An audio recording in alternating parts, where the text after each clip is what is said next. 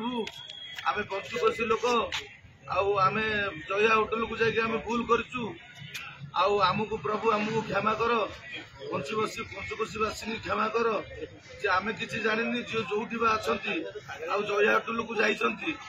are पार्चिति कौटी ना कौटी करूँ आम जगन्नाथ पाखे आत्मसमर्पण करुँ आम खाइचु आम आज्ञा आज पार्चिति होइचु आ जगन्नाथ पाक जीवु लोकनाथ दर्शन करूँ आम आज नरेन्द्र आज्ञा नंदालु कालेन्द्रेश्वर पाखे आउ जय जगन्नाथ बुढ़ा बुढ़ा काना काना धरिक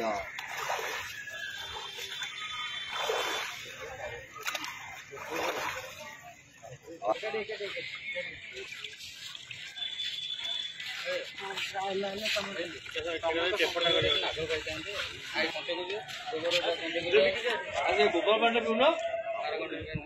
आग पी कथा